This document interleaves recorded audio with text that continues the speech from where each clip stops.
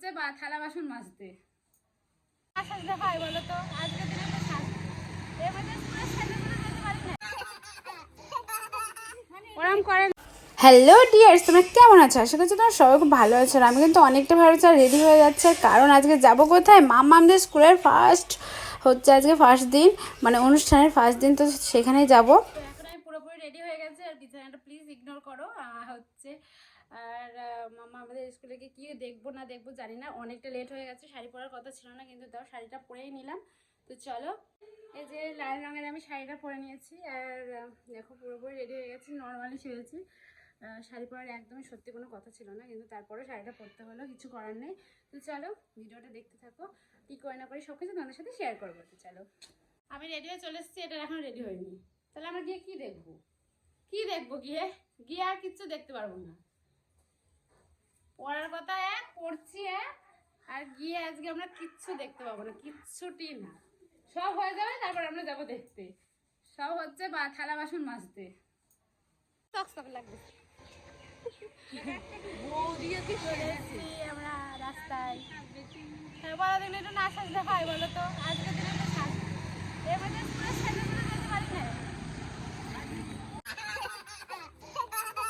দেখো আমি একটু সেজেছি বলে, আমি কিন্তু সাজিনি, খুব সাজিনি, তাও সেজেছি বলে কেমন করছে, শুধু কানেরটার হারটায় পড়েছি আর নর্মালি ছিলাম, তাতেই বলছে বৌদি খুব সেজেছে, বৌদিকে সুন্দর লাগছে। কি করা যাবে বলো, এইটুকুনি সাজা যদি তোদের সুন্দর লাগে বলার কিচ্ছু নেই। যাই হোক, ওরা পেছনে অনেক কথা বলতে থাকে। আর এই যে সব হচ্ছে আমাদের আরও দুইজন চলে এসেছে, আর এখানে আমি ওদের সাথে ঝগড়া করছি। দেখ আমি বললাম শাড়ি পরে আসবো না, তোদের জন্য শাড়ি পরে আসতে হলো। যাই হোক, শাড়ি পরে এসে কিন্তু বেশ ভালো হয়েছে। আর সত্যি দেখো, আমাদের ওদিকে অনুষ্ঠান আরম্ভ হয়ে গেছে, আর আমরা এদিকে গল্পে মেতে আছি। আমরা যে কী করতে চাই, যেখানে আমরা এক জায়গায় একসাথে যাব, সেখানে আমাদের কিন্তু গল্পের করে গাছে উঠে যায়। আর তারপরে দেখো এরা কত খেলাধুলা করছে, আর যেই জিনিসটা দেখার বেশি আগ্রহ ছিল, সেই জিনিসটাই কিন্তু আমি সত্যিই দেখতে পারিনি, কেননা মায়েদের ফুড ফেয়ার ছিল, সেই ফুড ফেয়ারটাই কিন্তু দেখতে পারিনি। এটা আমার খুবই খারাপ লাগছে।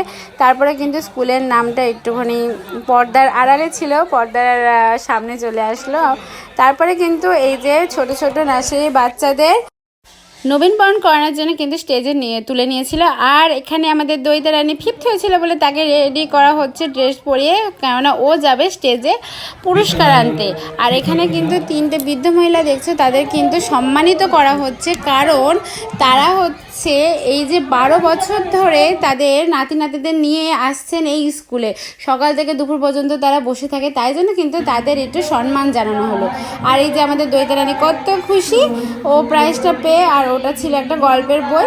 আর এখানে একটা বাচ্চা মেয়ে, ছোট মেয়ে হচ্ছে, ও একটু গান করছিল। আর এই যে এইটা হচ্ছে আজকের অনুষ্ঠানের মানে প্রথম পর্ব, প্রথম দিনের অনুষ্ঠানের আজকেই কিন্তু এই নাচ দিয়ে শেষ করা হলো। আর নাচটা কিন্তু খুবই ভালো হয়েছে। দুঃখের বিষয় আমি এই নাচের গানটা আমি দিতে পারলাম না। আর নাচটা কেমন হয়েছে এমনি তোমরা বলো যে নাচটা কেমন হয়েছে। আর সত্যি কথা, আমি কপিরাইট পড়বো বলে এই গানেরটা দিতে পারলাম না। চলে আসলাম, আর যেটা ভেবেছিলাম যেমন ভাবা তেমন কাজ, এতটা লেট হয়ে গেছে আমাদের যেতে, যে ফুড ফেয়ারটা হয়ে গেছে। আর মায়েদের সব ছিল, ফুড ফেয়ারটা খুবই ভালো হয়েছে। আর অনেকে প্রাইজ পেয়েছে, 3জন প্রাইজ পেয়েছে, প্রত্যেক মাকে কিন্তু প্রাইজটা দেওয়া হবে। আর এই যে ফুড ফেয়ারটা দেখতে পেলাম, তাছাড়া সব প্রোগ্রামে ভালোভাবে দেখেছি। আর ফুড ফেয়ারটা কিন্তু পুরো টাইম টু টাইম মেপেই হয়েছিল, ওই জন্য আর দেখতে পাওয়া গেল না। তো যাই হোক, তারপরে কিন্তু অনুষ্ঠান শেষ করে বাইরে চলে আসলাম। আর হ্যাঁ, পরের ব্লগটায় কিন্তু দারুণ ধামাকা হতে চলেছে, কারণ মামাদের ড্যান্স আছে, আরো অনেক কিছু আছে, সবকিছু তোমাদের সাথে শেয়ার করব। তো চলো, আজকে ভিডিও কিন্তু আমি এখানেই শেষ করছি। তো চলো, টাটা।